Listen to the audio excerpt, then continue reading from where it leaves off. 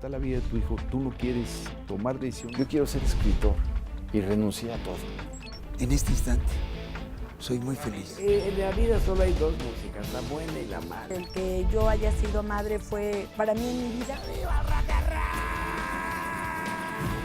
Preguntas. Y el día más feliz de mi vida es cuando esta entrevista muy personal. El día de hoy estamos en esta entrevista muy personal con un amigo muy querido, Carlos Almada.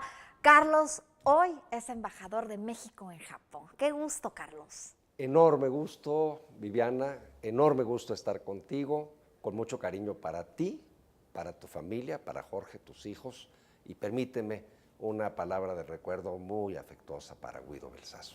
Ay, muchas gracias, mi querido Carlos.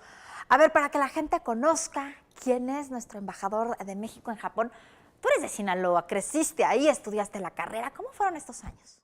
Esos fueron años muy gratos en provincia, una provincia muy tranquila, pequeña, agrícola. Mis recuerdos más entrañables son cuando yo era un niño de 5 años y en el pueblo de Guasave caminaba de mi casa al kinder. Y literalmente el pueblo entero me cuidaba. Cuidaban al Carlos de la Lolita y me regalaban un 20 o me regalaban un dulce. Y me recuerdo ahora de la expresión africana o del proverbio africano de que para cuidar a un niño o para educar a un niño se necesita toda una aldea. Yo fui educado por una aldea y una familia entrañable. Lolita, tu mamá, todo el pueblo la conocía. Todo el pueblo la conocía, a mi mamá y a mi papá. ¿Qué hacía Lolita? Mi mamá era ama de casa, es, porque todavía vive hoy, afortunadísimamente. Pero sigue allá, ¿no? Ya está en 93 México. años. No, ella tiene una casa allá, pero ya por su avanzadísima edad, tiene 93 años, pues no puede viajar. Pero no tiene nada, no le duele nada. Lolita es una mujer siempre que fue muy alegre, muy querida, muy simpática, bailadora como buena sinaloense y guapa. ¿Y tu papá? Mi papá era un ingeniero muy lector, profesor, agricultor también, apasionado por la educación, y cuando él lograba que un muchacho saliera de aquellos pueblos y viniera a estudiar al Politécnico y le conseguía una beca, era el hombre más feliz de la vida. ¿Y estudias toda la primaria, la secundaria, incluso estudias administración de empresas allá en tu tierra? Allá yo soy egresado de la Universidad Autónoma de Sinaloa. ¿Y qué tal eran esos años de estudiar allá la carrera? Pues eran años muy gratos. A mí me tocó todavía la vieja casona en la que estaba la pequeña universidad entonces, no me tocó la ciudad universitaria. Eran años muy felices, pero también eran años turbulentos. Eran años de agitación social, eran los años posteriores del 68 y posteriores al 68. Eran ánimos revolucionarios, los que había también en la universidad, una gran radicalización. ¿Y es ahí donde entras, te empieza a interesar la política? Me empieza a interesar, yo empiezo en Culiacán, en el ayuntamiento de Culiacán, a trabajar con una persona que ya murió, que fue el doctor Mariano Carlón, de quien guardo un recuerdo entrañable. Puedo decir que mis cariños más hondos, más profundos, a pesar de que he viajado mucho por el mundo y he vivido en muchos lugares, están en mi infancia y en mi juventud en Sinaloa. Y también es un Sinaloa donde empieza en estas épocas, un poco después, a surgir todo el tema del narcotráfico que antes no se había visto. El narcotráfico en Sinaloa empieza desde la Segunda Guerra Mundial, cuando los norteamericanos le piden al gobierno mexicano que en el llamado Triángulo de Oro entre Chihuahua, Sinaloa y Durango, que reúne condiciones óptimas, se produzca opio para producir morfina para los heridos de la guerra. Así inicia históricamente el narcotráfico en Sinaloa. Cuando termina la guerra, dicen los viejos que los norteamericanos dijeron ya no produzcan, pero ya la gente se había acostumbrado. Carlos, terminas la carrera, eres un hombre, la verdad, debo de decirlo, muy culto, muy preparado. Llegas a la Ciudad de México y después te vas a París. Llego a la Ciudad de México y prácticamente de inmediato me voy a París. Vengo a trabajar primero, por cierto, con Dionisio Mid, padre de José Antonio Mid, actual secretario de Desarrollo Social, cuando de pronto surge una convocatoria para ir a estudiar a Francia.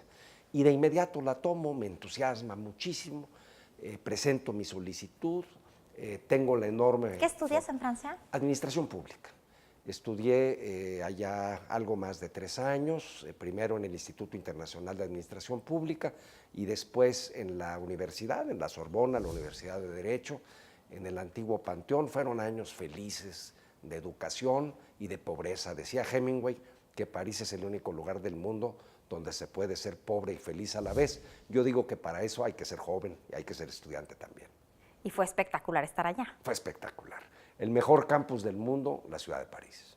¿Y regresas a México ya a trabajar en la vida pública? Regreso a México para ser secretario ejecutivo del Instituto Nacional de Administración Pública en 1979 y lo hago con mucho entusiasmo cuando había aquel programa de reforma administrativa en el que se creía profundamente y ingreso en la vida académica, soy profesor y después me voy al Banco Obrero y luego al Estado de México como secretario de Administración. Yo a ti te conocí cuando yo trabajaba en Estados Unidos para CBS y tú eras vocero del presidente Zedillo. Así es, efectivamente, yo conocí a tu familia, como he dejado testimonio de ello, con gran aprecio, por cierto, y efectivamente ahí nos conocimos. Fui vocero del presidente, dicen que el primer vocero o el primero que tuvo tal título de manera oficial, años muy intensos en la y muy presidencia. difícil, porque el presidente Zedillo odiaba las entrevistas, odiaba a los periodistas y odiaba hablar. La comunicación social siempre es difícil y es difícil la presidencia de la República, pero es un gran honor. Yo siempre digo, es probablemente el más grande honor de mi vida pública que tuve una vez. No quisiera volver a ser vocero Pero nunca ¿cómo le más. decías al presidente Zedillo, tenemos que hablar de tal tema, tiene que hacer tal entrevista? Había forma de comunicar con él, por supuesto, y había disponibilidad. Hay diferentes temperamentos en los presidentes. Yo creo que él fue respetuoso de los medios y respetuoso de la libertad de expresión. A ver, platícame anécdotas de esta época. Bueno, hubo muchas. Recuerdo en particular el levantamiento del EPR, por ejemplo. Fue un momento de gran tensión, Y también recuerdo la reforma política, la reforma constitucional, el gran propósito de fortalecer la vida democrática del país. Por supuesto que 95 fue un año durísimo. Bueno, el año de la crisis económica terrible y sobre todo para poderlo comunicar porque la gente estaba furiosa. La gente estaba efectivamente, en particular durante el primer semestre de 95 fue muy duro y fue a partir del segundo semestre de 96 que la economía empezó a repuntar, que también empezaron a repuntar los números del presidente, del entonces presidente. ¿Y esto cómo se vivía en el cuarto de guerra, sobre todo el tema de comunicación? Se vivía con una gran dificultad. Fueron años muy difíciles. El país se vivió una caída del Producto Interno Bruto, si mi memoria no me falla, del orden del 8%, una cosa espantosa, una inflación muy alta, elevación de impuestos, pérdida de empleos, intereses altísimos y afortunadamente se superó.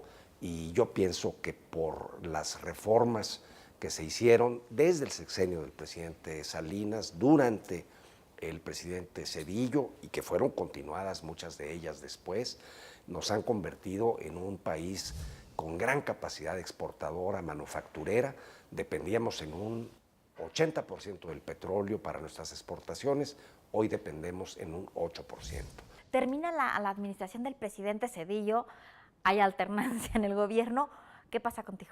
Pues voy a trabajar al Instituto Nacional de Administración Pública, me dedico a la academia, algunas cosas de carácter personal y finalmente trabajo durante 7 años en Nuevo León, en donde tuve años muy gratos en Monterrey, una gran ciudad que vivió momentos muy difíciles, Viviana, muy, muy difíciles, en los que me tocó estar presente, asumir situaciones, diría yo, de elevado riesgo. Pero también fuiste embajador en Portugal. ¿Eso cuándo fue? Fui al final de la presidencia del presidente Zedillo. Tuve el gran honor de ser embajador de México en Portugal. Y bueno, estuviste hasta hace muy poco como subsecretario de Comunicaciones en este país. Así es. Ya para el gobierno del presidente Peña. Así es, 2 años fui subsecretario de Transporte, un tema muy complejo, difícil.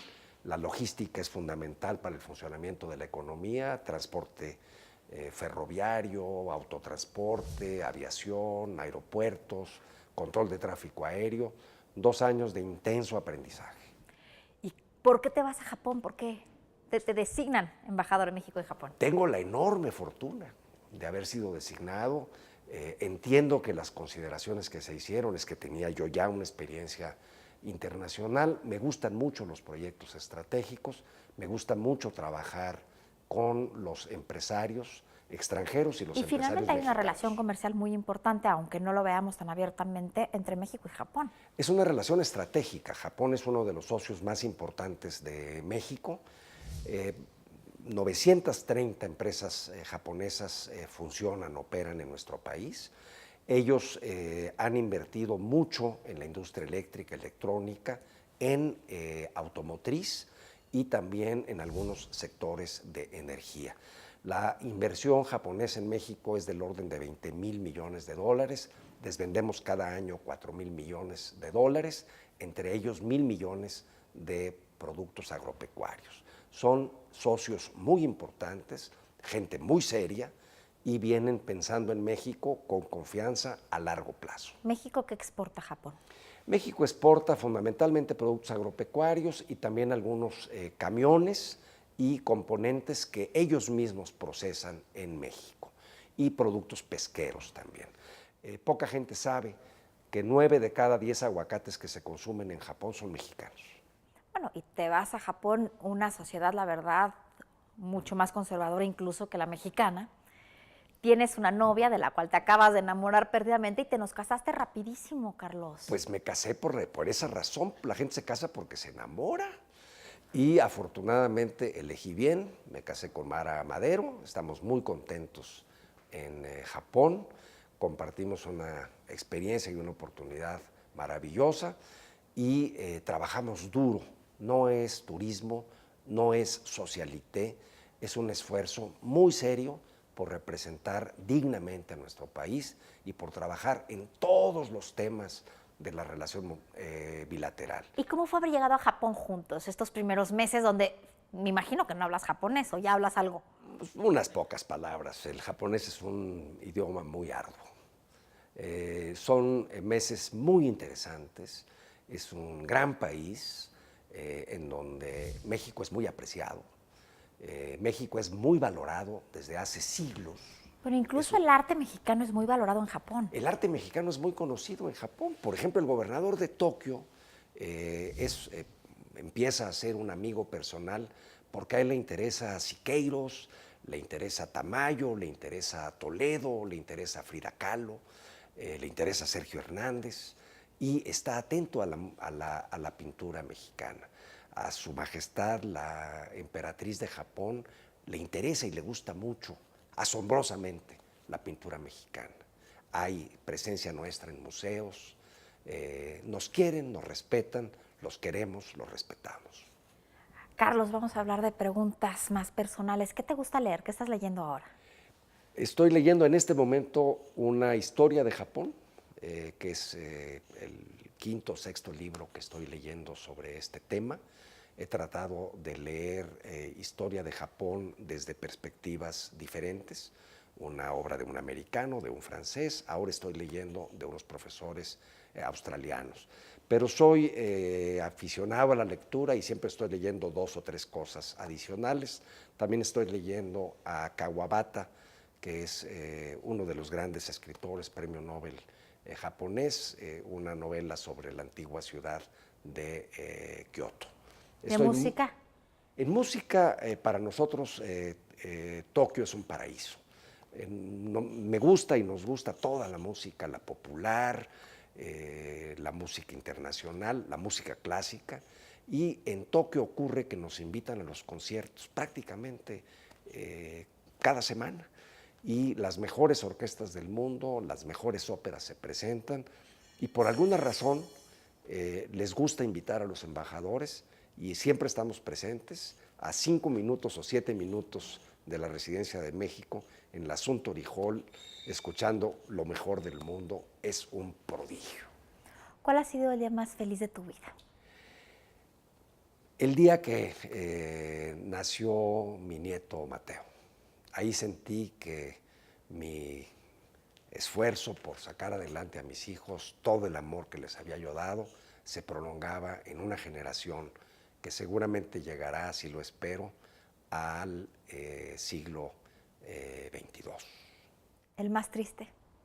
El más triste es el inverso. El más triste es el día que perdí un hijo.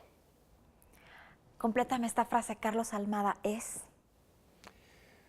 Un mexicano de clase media que pretende ser ilustrado, servir a su país. Muchísimas gracias. Cuando está la vida de tu hijo, tú no quieres tomar decisiones. Yo quiero ser escritor y renuncié a todo. En este instante, soy muy feliz. En la vida solo hay dos músicas, la buena y la mala. El que yo haya sido madre fue para mí en mi vida. Preguntas. Y el día más feliz de tu vida.